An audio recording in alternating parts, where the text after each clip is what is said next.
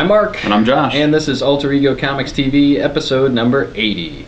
We're back this week with our comic news, comic reviews, and comic previews, so let's kick things off with comic news. We had a request in the comment section of our last episode or two. We had talked about DC canceling some books and then replacing them with Talon and Phantom Stranger and some other things. We didn't mention which books were being canceled for sure, but now we will. The 4 books that DC is canceling are Justice League International, Aww. Captain Atom, Resurrection Man, Aww. and Voodoo. Justice League International ends, I believe, with issue number 12, and the other 3 end with their 0 issues, which will be out in September. So those are the 4 that are going away, being replaced by 4 or 5 other ones. In other DC news, Scott Snyder and Greg Capullo are tackling the Joker, starting with Batman number 13. We haven't really seen much of the Joker since Detective Comics issue 1, where he got his face cut off. He may have shown up in some other New 52 stuff, but I don't think that we've seen him in a year. So Snyder is obviously a huge Batman fan. He is really doing amazing stuff with Batman, and I will quote him right now. Take a deep breath. "It's the biggest, baddest, most shocking Joker story I could tell. This is Joker completely unleashed. He has been away for a full year, planning this revenge, watching, plotting, setting things up, and now he's back. He has his traps set, his knives sharpened, and wait till you see him. Greg's sketches literally give me chills. Point blank, this is Joker like you've never seen him before. He has a mission, he has a secret, and he has a serious axe to grind with Batman. It isn't going to be pretty, but it's going to be a wild ride." So I'm really curious to see what Snyder and Capullo do with the Joker, Batman's arch nemesis. It should be creepy and fun. I guess I'm doing all the news. I wasn't even paying attention. Josh is just here. With me as always is Josh. Alright, I did all of them. You do this one then. Next up we have Marvel Now, coming in October, running through February. This is not a reboot. This is a relaunch. They're going to be renumbering and kind of re-emphasizing some of their titles. You're going to see massive creative team changes coming out of the AVX crossover with Avengers and X-Men. Basically, it's the logical evolution. You know, the Brian Bendis sort of era of Avengers started with Disassembled 8 years ago, and through now, a lot of the storylines going through there and through Messiah Complex are allegedly going to come to rest in AVX, and what will be reborn is a new and exciting Marvel Universe that's actually probably the exact same Marvel Universe. Don't get nervous, it's okay. But we've got some creative teams. I think they've only announced 4 full teams so far. We've got Uncanny Avengers by the team of Rick Remender and John Cassaday. John Cassaday, not a lot of interior work lately, but coming back to it. We've got All New X-Men by Brian Michael Bendis and Stuart Eminem. That guy who draws his wife, it's nice. And then we've got a 1-2 punch of Avengers and New Avengers, both written by Jonathan Hickman, with art on regular Avengers by Jerome Opina, and art on New Avengers by Steve Epting. So I'm excited for that, kind of a parallel to what he was doing with Fantastic Four and FF, the possibility of a broader story going on with Avengers and New Avengers. It sounds super cool. So I am excited. I like all these creative teams. I like all of these books. They should be good. They're supposed to be doing a new #1 for 22 weeks starting in October.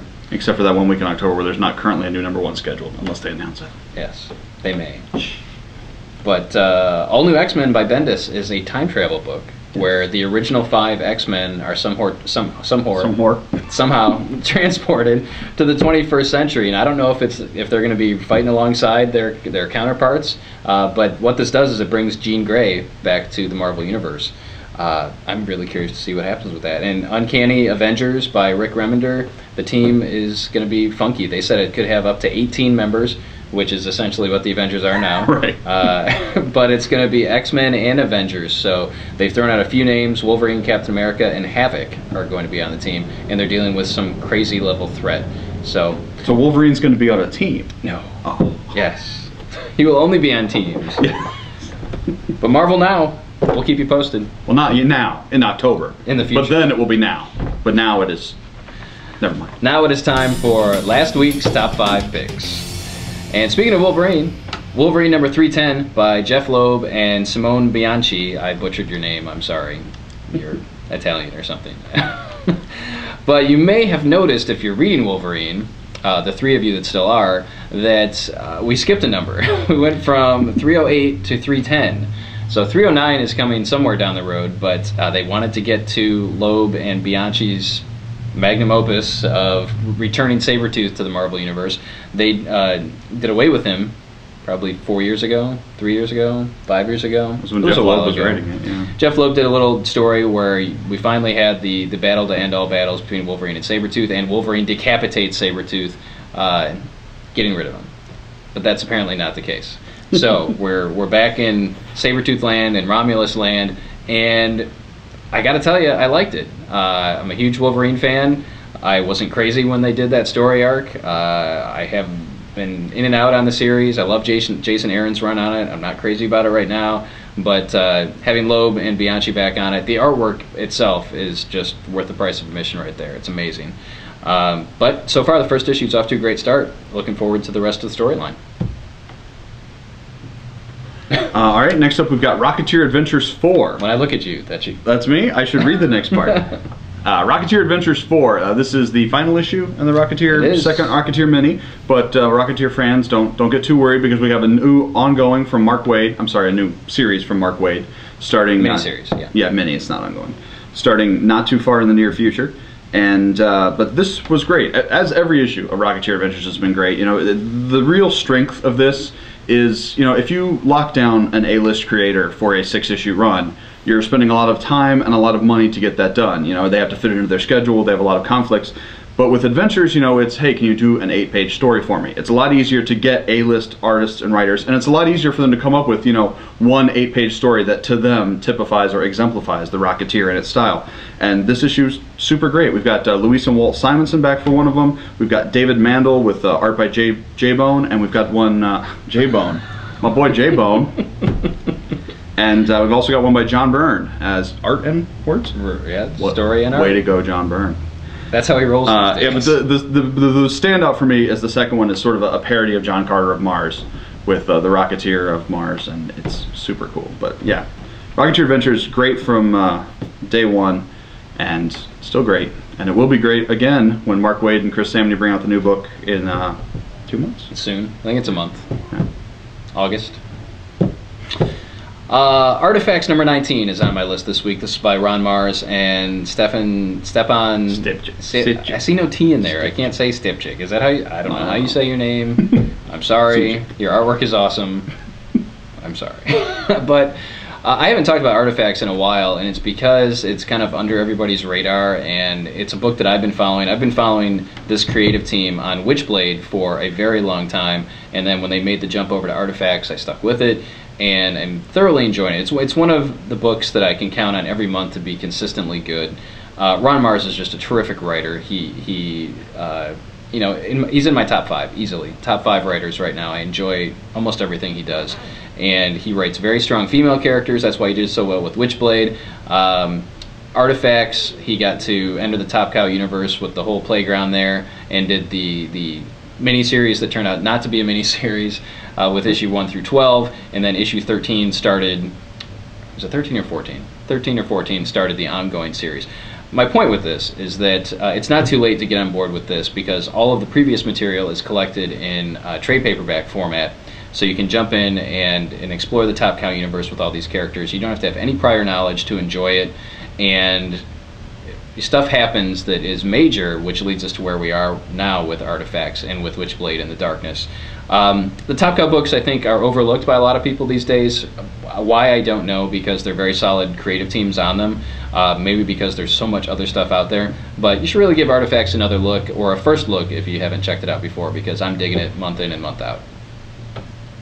Also out this week, we've got Creator-Owned Heroes number 2. This is the second issue of the weird Frankenstein book from Jimmy Palmiotti, Justin Gray, Steve Niles. Frankenstein's not in the book, just so you know. That's another Steve Niles book. Yeah, it's kind of a Frankenstein of a book, though. You've got basically two comic stories, and then you've got interviews and essays, and it's great. It's a magazine. It's got comics. It's everything you want. It's the best feeling you ever had in a magazine, and it's cool. We continue with the Trigger Girl 6 storyline by Palmiotti and Gray, and I thought that really evolved. The first Trigger Girl I was not overly impressed with, but the hook at the end of the second one was very cool.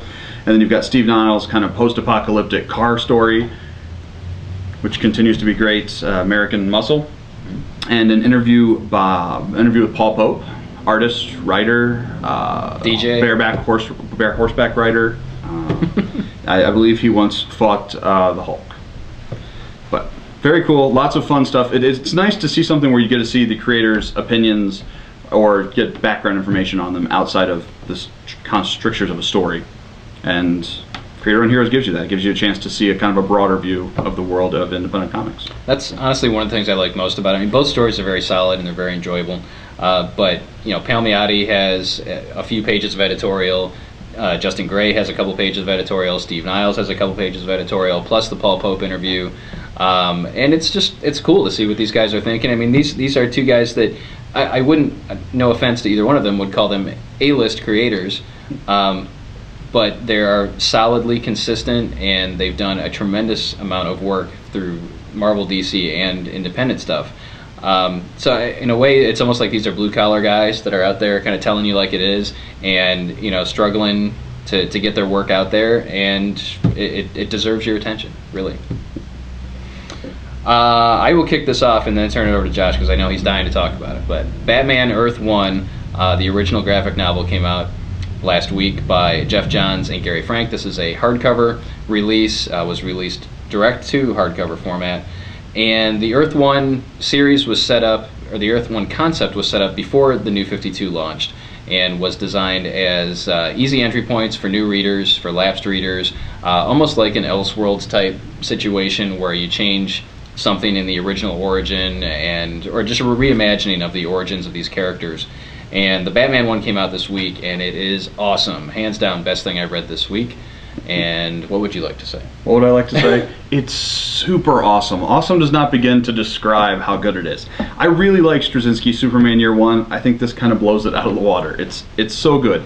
It's interesting, especially since you brought up Elseworlds. Elseworlds have always sort of been bent on the idea of the flutter of the butterfly wings. One little thing changes, you know. The Kents get a flat, and suddenly they're not there when Clark's shuttle goes down, or Clark crashes 12 hours later, and he winds up in Russia. It's always hinged on one specific event and how that ripples throughout the universe to change characters we already know. These aren't like that. There are a lot of very subtle changes to a lot of different characters and backgrounds and history, and it's done so well. Jeff Johns is really at his best when he's doing this kind of reimagining, reinvigorating of something, like he did with Aquaman, turning Aquaman from a D-list hero into one of the coolest books to read every single month. What he did with Green Lantern, taking it from the point where it was barely a series to the point where it's one of the best sellers. And Batman Year One, it almost, you can see there's a very fine line being played. Sorry. Earth One, sorry. Year One, Earth One. Too many ones. Batman Year Earth One. Year Earth One. Year Earth One. It's great because you see all these changes to characters you know, and some of them are fairly drastic, but none of them are earth-shattering. But there's also a through line where you see an evolution where some of them come closer to characters you know, and some of them go further back away. And it's really, really good. It's just earth-shatteringly awesome. If you're a Batman fan, it's a no-brainer at all. It's just a great book.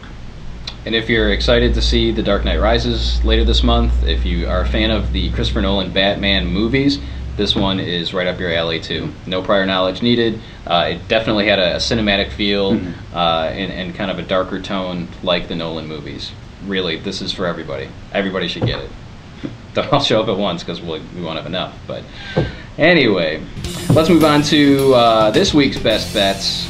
We've got kind of a variety of really cool stuff coming out this week. We've got Bloodshot #1, the new series from Valiant, and they've had great success with X-O Man-O-War and Harbinger.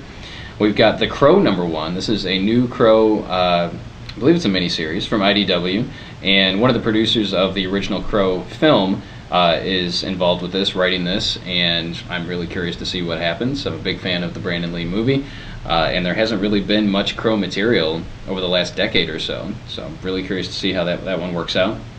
We've got Revival #1. Now this could be the sleeper hit of the week. This is from Image Comics. It's written by Tim Seeley with artwork by Mike Norton, and it's kind of got a Walking Dead feel to it. It is a town where all of the dead suddenly are alive again, but they're not zombies, they're just back from the dead. And There's a kind of a small town sheriff and his daughter that get involved with policing this situation, and there's a supernatural element obviously to it, and maybe an alien element as well. Revival #1, you definitely want to check it out from Image this week, wherever we are. Speaking of Walking Dead issue 100 ships this week with 27 covers. There are, I think, I don't know, at least 8, 10, and we will have all of them in limited supply. So if you want to get Walking Dead #100, if you want a piece of this momentous occasion, come on in early on Wednesday for your best selection of the covers that we'll have available. Big moment for The Walking Dead, and timed coincidentally with the launch of San Diego Comic-Con, so it should be crazy. And then on the collected edition front, Batgirl Volume 1 comes out by Gail Simone. We've raved about Gail Simone's work on Batman in the New 52 since it started, and if you haven't paid attention to us and ignored us, now's the chance to pick up the story in hardcover format. Anything else? It's Batgirl. It's Barbara Gordon, Batgirl. Awesome.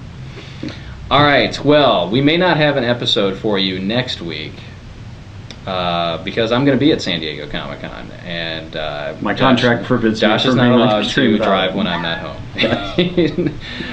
So we may skip a week for the Comic-Con, but we'll definitely have kind of a recap, and I'll tell you about all the cool stuff that I saw, and maybe run into some of you in San Diego. But until then, as always, thank you for watching, and we hope to see you soon at Alter Ego Comics.